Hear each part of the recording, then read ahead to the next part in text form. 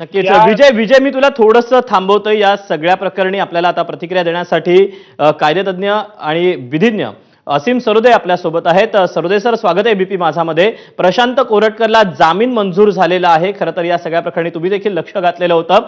आताची या क्षणाची काय आपली प्रतिक्रिया आहे, काय आपलं म्हणणं आहे?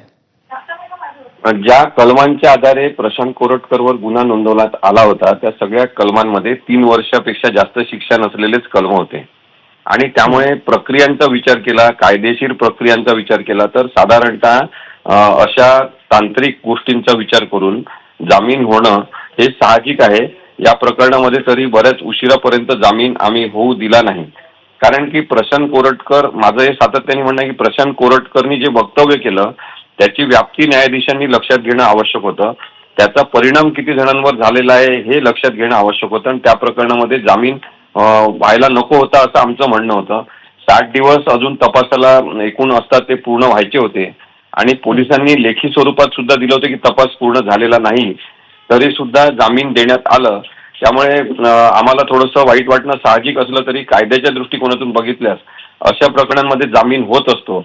आता अर्थात प्रशांत कोरटकरला ज्या अटींच्या आधारे जामीन होणार आहे त्या अटींचं जर त्यांनी उल्लंघन केलं तर आम्ही त्याच्यावर लक्ष ठेवून राहू आणि जर त्यांनी अटींचं उल्लंघन केलं, साक्षीदारांवर दबाव आणला, साक्षीदार फोडण्याचा प्रयत्न केला, पुरावे नष्ट करण्याचा प्रयत्न केला तर त्याचा जामीन रद्द करण्यासाठीची प्रक्रिया आम्ही लगेच सुरू करू.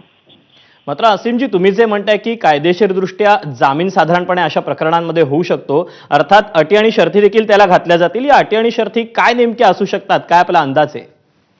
हेच असतील, कारण की सुरुवातीला त्यांनी मोबाईलमधला डेटा इरेज करून म्हणजे पुरावा नष्ट करण्याचा प्रयत्न केलेला आहे. तो कोर्टाच्या तारखांना हजर राहिलेला नाही आणि तो तिथून फरार झालेला आहे.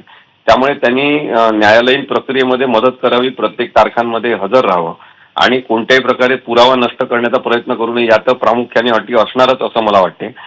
बाकी काय अटी असतात ते प्रत्यक्ष निर्णयाची कॉपी आम्हाला मिळेल तेव्हा आम्ही सांगू शकतो. मात्र प्रशांत कोरटकर याला जामीन खरं तर होऊ नये यासाठी न्यायालयीन लढा खूप जिकरीचा आणि अखेरपर्यंत तुम्ही लढलेला होता, परंतु जितका लढला गेला त्या प्रमाणात जर म्हणायचं झालं तर खूप लवकर त्याला जामीन झालाय? नाही, उलट खूप उशिरा त्याला जामीन झालेला आहे.